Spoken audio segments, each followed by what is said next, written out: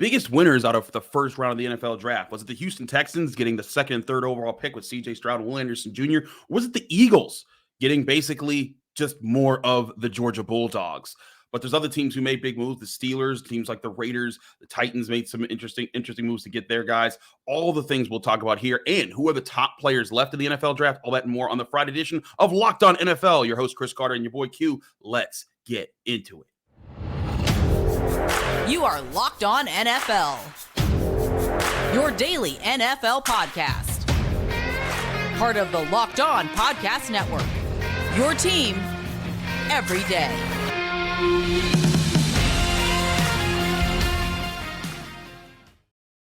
Hello and welcome to the Locked On NFL podcast. It's the Friday edition here with Chris Carter and your boy Q of Locked On Steelers and Locked On Raiders.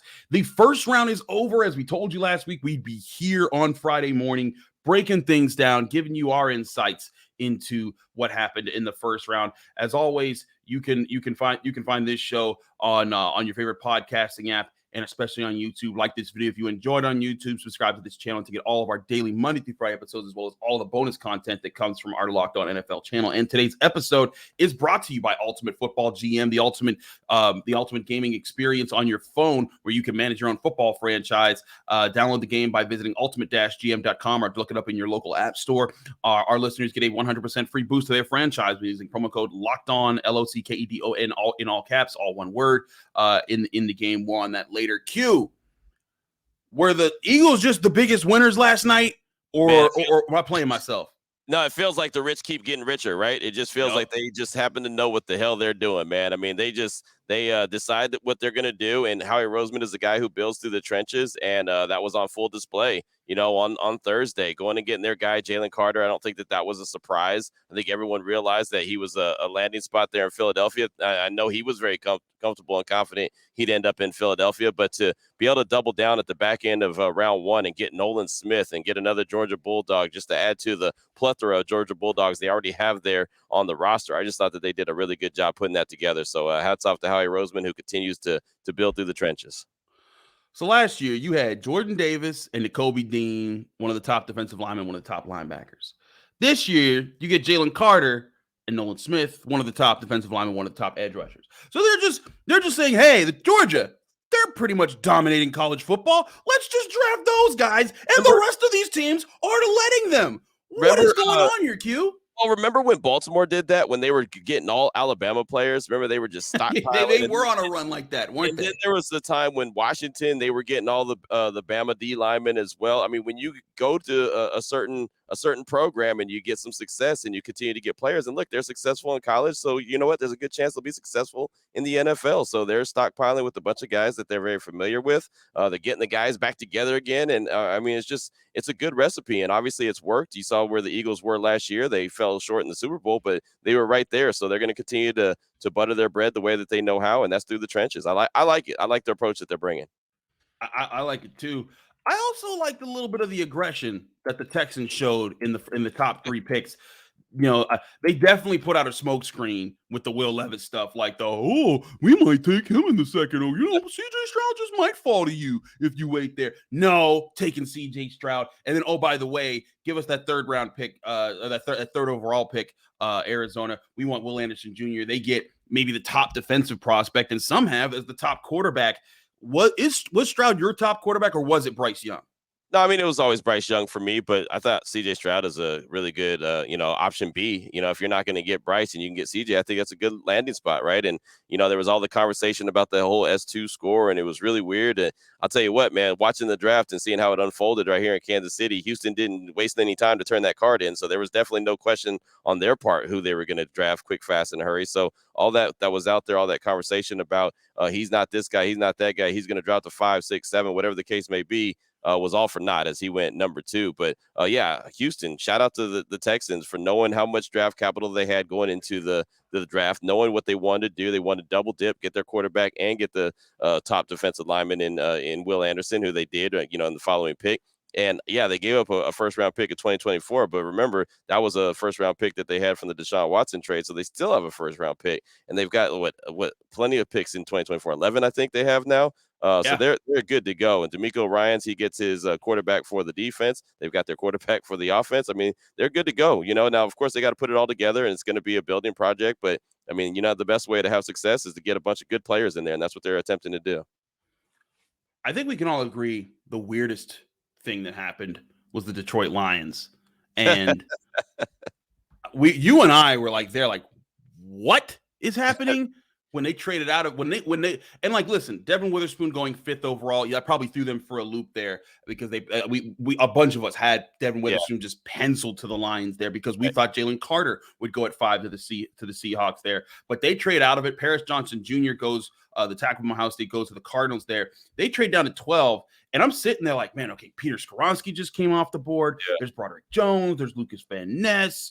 Jaxon Smith-Njigba's still there. Christian Gonzalez is still there. They just got rid of Jeff Okudah, so Christian Gonzalez makes a lot of sense. Yeah. And they grabbed Jahmyr Gibbs, 12th overall, the small running back out of Alabama. I mean, and did you see the video of their war room? Like when he falls, like after the Titans pick, they slam the table and they were hugging each other like, we got our guy. Right. Did I miss something? Is Jahmyr Gibbs the next Barry Sanders?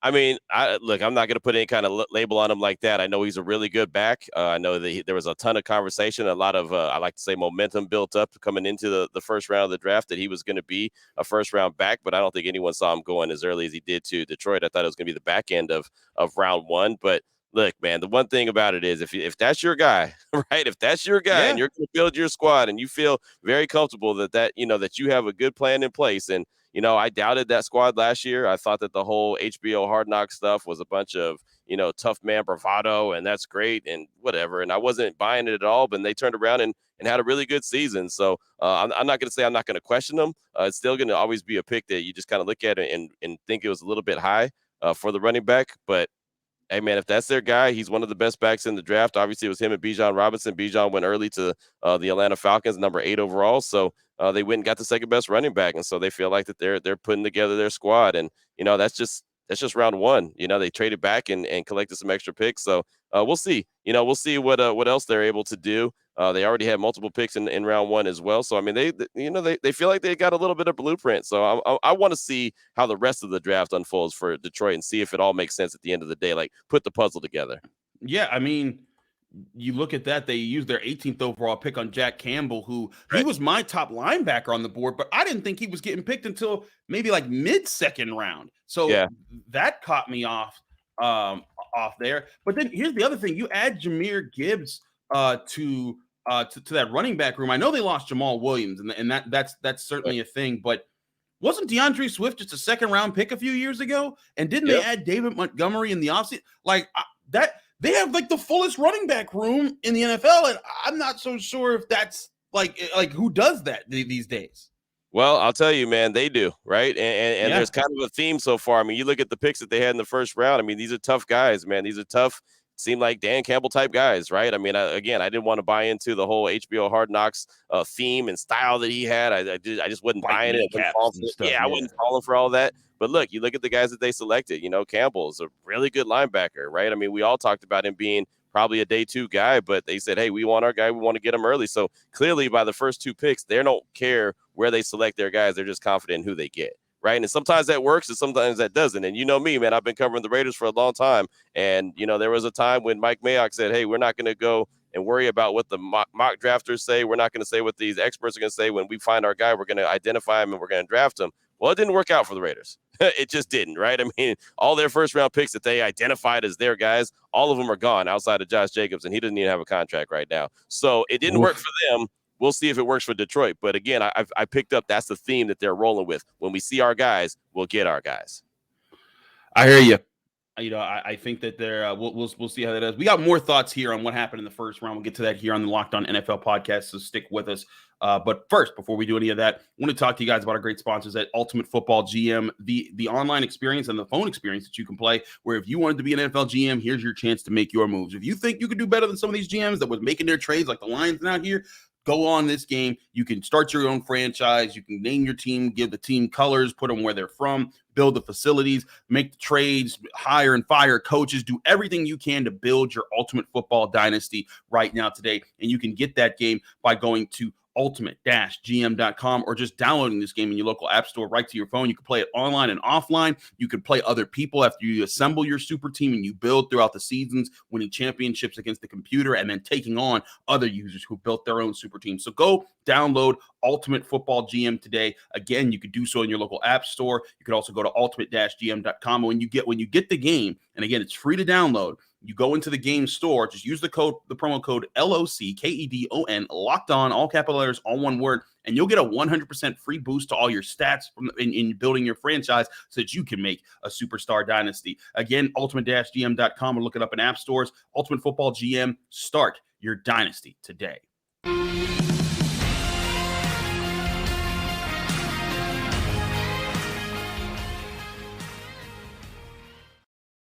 Back here on the Locked On NFL podcast. Chris Carter, your boy Q, breaking things down here. Q, before we move on to who's left in this draft class, what were some other big winners that you felt from this class? Because we talked about the Texans and the Eagles, but looking at the Seahawks, they get Devin Witherspoon, my top cornerback on the board, and Jaxon Smith-Njigba, who was my top receiver on the board. Are they going to dominate the skies again very soon there in Seattle? You know what? They find ways to get really good players, right? I mean, they hadn't drafted in the top 10, and couldn't tell you how long. It's been a very long time since Seattle had done that. They went and got, like you said, the top corner, and I'm excited about that because remember last year they went and got Tariq Woolen in the 5th round, and he had a heck of a year. You know, if it wasn't for Sauce Gardner, he would have been Defensive Rookie of the Year, but Sauce Gardner was just a little bit better, but he had a lot of ball production. Devin Witherspoon, now all of a sudden you put him across from him. Now you got a great 1-2 combo, right? And they got Kobe Bryant last year as well out of Cincinnati. So now all of a sudden that secondary is coming together. They're feeling really good about themselves. And then they turn around and go get a playmaker for their quarterback, Geno Smith, right? And that's all that they need, another playmaker. So they're building both sides of the ball. I've always respected what Seattle does. Of course, no GM, no front office is going to get every pick right. But I've always thought that Seattle had a thing about getting some really good players. And when they had 2 picks in the first round, I thought they maximized that in a major way. I'll tell you, who I thought was a winner as well. And I've talked about him quite a bit. How about Anthony Richardson? Hearing his name called this early, man. And I got an opportunity to talk to him on Wednesday at the Play 60 event that was going on here in Kansas City before the draft. And man, he's such a humble dude, humble kid, ready to get to work. You know, he said, hey, there's a lot of things I need to improve on, but I'm ready to go to work. Right. And so for him to hear his name called, I know there was a lot of questions. Was he going to get called early? Was he going to get called late? Was it going to be a slide? What's going to happen? Well, he got called early. He came out of the green room. He put his cap on. He went and talked to the commissioner. Will Levis is still in the green room. Well, actually, I heard he's leaving and not coming back to the draft today. So it's one of those. And you know, it's funny about that. And I know I've never been in that position. I would never be in that position. But I feel like, man, you've already made the trip all the way to Kansas City, or you made your way to the draft. You're all fancied up and everything. But, I mean, I get it. They have the cameras on them. And who wants to, keep having that's a lot of pressure for a young guy, man. But it's I feel like every time that they leave and bounce out of there, then all of a sudden they get their name called like immediately next, right? I mean, for all he knows, he could be the first player, and the Steelers are on the board, but there's plenty of teams that are calling Pittsburgh talking about trading up. So there are.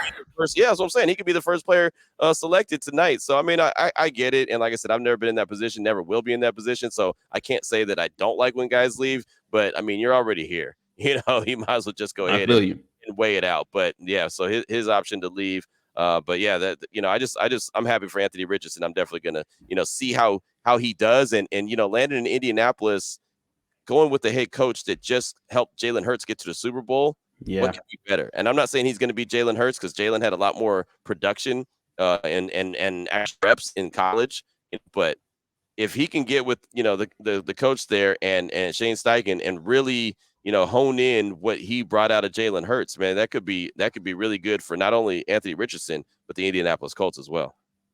I feel you on that, man. I want to ask you this position-wise, less team-related. What was the most surprising position group and how it fell out? Because there were some mix-ups at cornerbacks that I didn't expect. Emmanuel Forbes went before Christian Gonzalez. I never imagined that happening.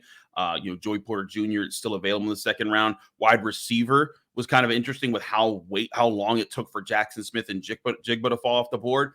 Will McDonald being the 15th overall pick, Nolan Smith falling all the way down to the end of the draft. Offensive tackle, Darnell Wright going top 10 and 4 tackles coming off the board by 14. What was your most surprising in how the groups played out? Well, it's funny. I think that the draft always goes in runs. It feels like there's always a position, offensive lineman. All of a sudden, there's a run on those. I like the run on wide receivers. 4 in a row is the first time ever that had happened, right? I mean, so that's awesome. And I was really happy for Quentin Johnston, the young man from Temple, Texas. He went to TCU, but I covered him in high school and remember talking to him at the combine. And the funny thing is that this is such a crapshoot when it comes to the draft. He was supposed to be an invite here to Kansas City and be in the green room. And the NFL pulled his invite at the last second because they thought he might be a draft day slide. Wow. So he didn't want him to have that embarrassment, or not even embarrassment, but have that camera on him waiting in the green room to hear his name called. And look, he gets called right when they have the run of wide receivers. And the guy that they thought was going to be drafted, Will Levis, Joey Porter, still in the green room, which is unbelievable, even though if Pittsburgh picks, I doubt that he'll be in there long. So that'll be a no-brainer. But it just shows you that even the ones that believe that they know beyond a shadow of the doubt where a guy is going to go, they just don't know. They left Quentin Johnston back in Temple, Texas, which is okay. He had no problem with that, but he gets drafted in the first round. And guys that they brought here to be selected in the first round are still waiting in the green room. Pretty incredible. But I'm so happy for that young man. He's worked his tail off, went to TCU, played the national championship game, and they lost. But now he's going to be a Charger. So I shot him a text earlier, and I said, hey, man, I know you're coming out west from, a small city in Texas. You need anything, man, you let your boy know. I'm not too far away. I'm in Vegas. He'll be in LA. So it's only a few hour drive or whatever. So I'm excited for Quentin Johnston and what he's going to do on the next level. How about this, though? The guy taken right after him, Zay Flowers. The Ravens get their wide receiver. And it's crazy. This is like a news dump. Getting Lamar Jackson's deal done right before the NFL draft. Like, oh, by the way, we're going to get this done. I mean, like, obviously, we still paid attention to it. Adam Schefter and everyone's like he's the most expensive player in the NFL and all that. Right. But what do you think about the Ravens situation right now? Because they went and got OBJ. We weren't sure if they were going to be able to lock down the contract with Lamar Jackson. But now they have Zay Flowers, the third receiver off the board here. Is the Ravens offense about to take flight?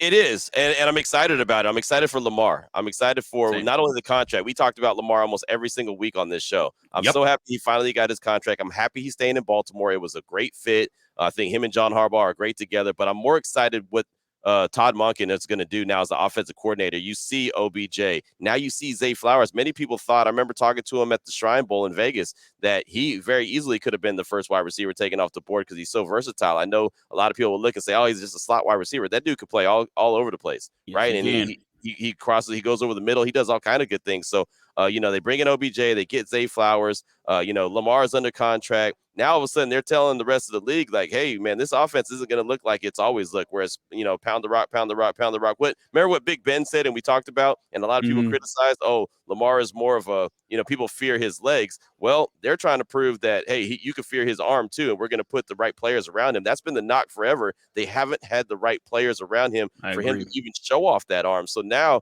he's got that opportunity to do both. Now he literally can be a dual threat because he's got weapons to work with. I'm very excited for Baltimore, but I'm more excited for Lamar Jackson.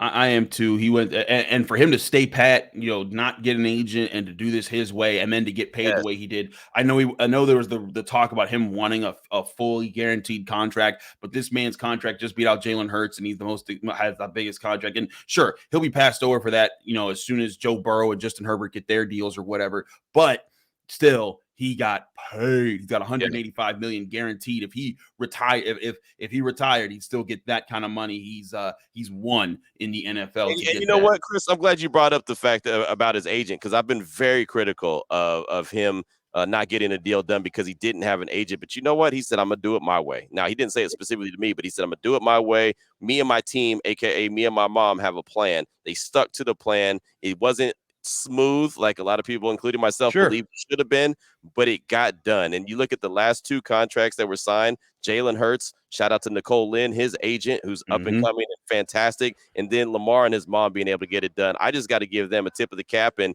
I have no problem admitting when I'm wrong. And hey, look, it might have taken a little bit longer. Like I said, it might have been a little bumpy, might have got a little ugly in the media, but who cares? At the end of the day, it got done. and they got it done the way they wanted to get done. So, yeah, much props to Lamar Jackson and his family for being able to secure the bag and get it all taken care of their way. 2 black women there. Lamar's Yes. mom and Nicole Lynn getting it done. So huge wins for them. Let's talk more about who's left. We'll get to that in just a minute there, because Will Levis, Joey Porter Jr., Bryant Branch, a whole bunch of big names that are still available right now, and what will happen there. And the Steelers, I'll give you all some tips about what they're trying to do with that pick there at the Locked On NFL podcast. But first, before we do any of that, I want to talk to you guys about our great sponsors at Built Bar. Built Bar, of course, the delicious treat that's also really healthy for you when you're on a diet. If you want a protein bar out there that's going to help you get your gains in your protein, but also not put the sugar and the calories on, this is your perfect option right here. Built Bar has several different flavors that are coming out all new times. They just read a peanut butter puff flavor that you can add. They have flavors like chocolate, churro, but all these flavors come wrapped inside of a protein bar that's covered in 100% real chocolate, and all the flavors are tasty. And when you get one of these flavors like churro, peanut butter brownie, coconut almond, double chocolate, and so many more, they only pack 130 calories. They only pack 4 grams of sugar, but you're getting 17 grams of protein. So all the gains, none of the bad stuff that you want to avoid. And you don't have to wait around to get a box anymore. You don't have to go to built.com and order them and get them delivered to your house. You still can if you want to, but if you want to pick them up in a local store, go to your local Walmart or Sam's Club today. Walmart has them in the pharmacy section. They have 4-bar boxes of flavors like cookies and cream, double chocolate, or coconut puffs. They also have Sam's Club where you can go in and grab a 13-bar box with flavors like brownie batter and churro. Trust me, when you try Built Bar, you'll be thanking me later, because you'll be trying the best protein bar in America.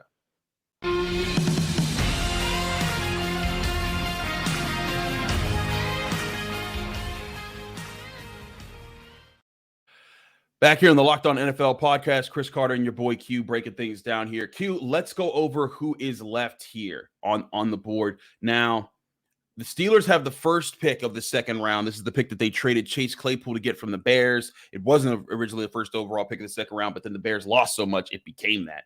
Mm-hmm. And now they sit there. They're basically on the clock and have been on the clock since 11 p.m. the last night when the first round ended or so. Did the first round ever end? I feel like I've been here the whole night.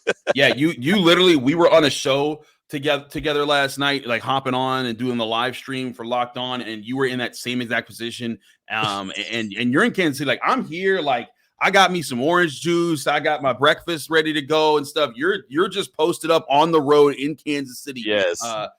Getting there. But let's talk about who's available here now. In Pittsburgh, there's a lot of chatter because Joey Porter Jr., the cornerback out of Penn State, obvious ties to the Steelers with his dad being a former Steeler as a player and a coach.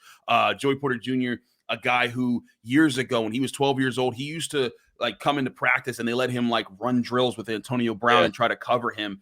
There's an obvious pick there and an obvious story. But as a person who covers the Steelers and has been in the facility and talked to Mike Tomlin and talked to their GM Omar Khan, they haven't been hinting. They've been waving a giant neon sign that says, please come and get this pick. What would it take? I'm interested. What would it take? Because look, and this is why I'm interested. And I know this isn't a Steelers and Raiders show, but I'm interested because the Raiders are sitting there at 38, and I know they like Joey. I like Joey as well. The only thing I don't like about him is the lack of ball production in college. But okay, he's a hell of a corner. I do believe he's one of the better ones. I'm surprised he's still available. And I think that the Raiders are intrigued by Hendon Hooker, who's also available. So what would it cost, or what do you think it would cost if the Steelers were to try to trade, or like the team like the Raiders who are sitting at 38 trying to trade up to where the Steelers are at 32? I think it would take a 3rd round pick because it's not, and maybe even the 38th overall pick, or not 38th, a trade down at 38 overall, but then getting the 70th pick as well there. Because here's what Omar Khan is going to do, Q.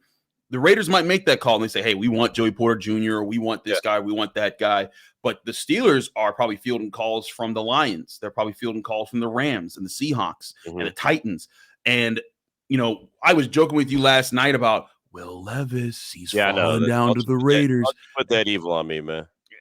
But here we are in the 2nd round, and he's still available. Maybe a reason for that. Let's keep it a buck. Let's keep it a buck. There's a reason for that. but so here we are again, and I think, and Mike Tomlin specifically said this back on Monday on the Steelers facility. He said, we think there's a good chance there could be a quarterback or two that's sitting there at 32nd overall. And there's some teams that would want quarterbacks and want to trade up. So I think the Steelers are going to drive up the price. I was just talking with a colleague of mine at the Pittsburgh Post-Gazette, Ray Fittipaldo, and he said, what about the Lions? Even though they're just 2 spots behind the Steelers, what if they want to go get Will Levis because they got Jared Goff and maybe they want to get their guy, or they just want to trade up there? And the Lions have 3 second-round picks. If the Steelers, I think they're going to just be fielding calls and just be like kind of running an auction. Why here, second-round pick, third-round pick here, second-round pick there.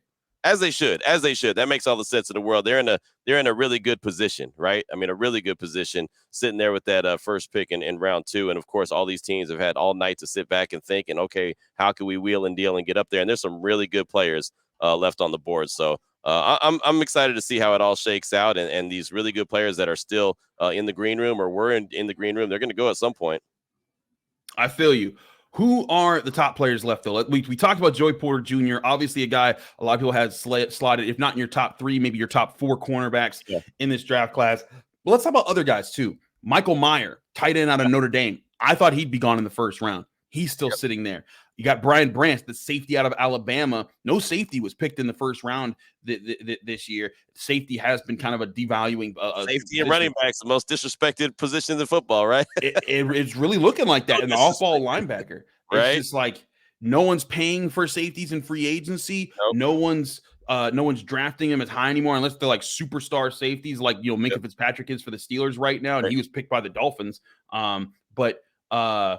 There's those guys. I really like Darnell Washington, the tight end out of Georgia. Michael Schmidt. I'm intrigued to see where he goes because he's not like and I've used this example on my show. He's not like a Darren Waller guy where he's dynamic and is just gonna go for 1,000 yards or whatever. But the dude is basically like a 6 offensive lineman that, oh, by the way, is playing tight end. And you have to make a business decision if you're going to actually get in front of him when he's got the ball in his hands and he's rumbling downhill. Are you going to try to get in front of him and tackle him and bring him to the ground?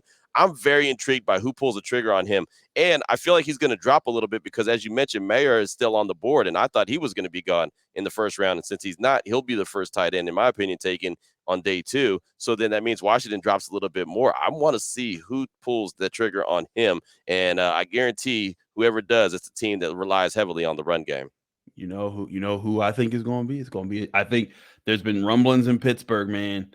They love them some Darnell Washington. He was a top 30 visit. There were 4 players. One of the things that I track for the Steelers is not only who their top 30 visits are, but who do the top brass go to for pro days? Because Steelers head coach Mike Tomlin and Omar Khan, their GM, when they go to somewhere on a pro day visit, they usually go to the big schools, but you combine that with the top 30 visits, that usually gives you a hint as far as who they're looking at the most in the draft process. There were 4 guys who lined up for getting both that top brass pro day visit and being a top 30 visit, and that was Joey Porter Jr., Brian Brzee, who's now I believe is a Saint, Darnell Washington, the tight end, and the guy that they picked in the first round, Broderick Jones, the offensive tackle out of Georgia. I wouldn't be surprised if Darnell Washington's off the board. But let's talk about some of these other prospects too. Who are some other guys that we haven't mentioned that are still available that intrigue you a lot as players who can get really good value?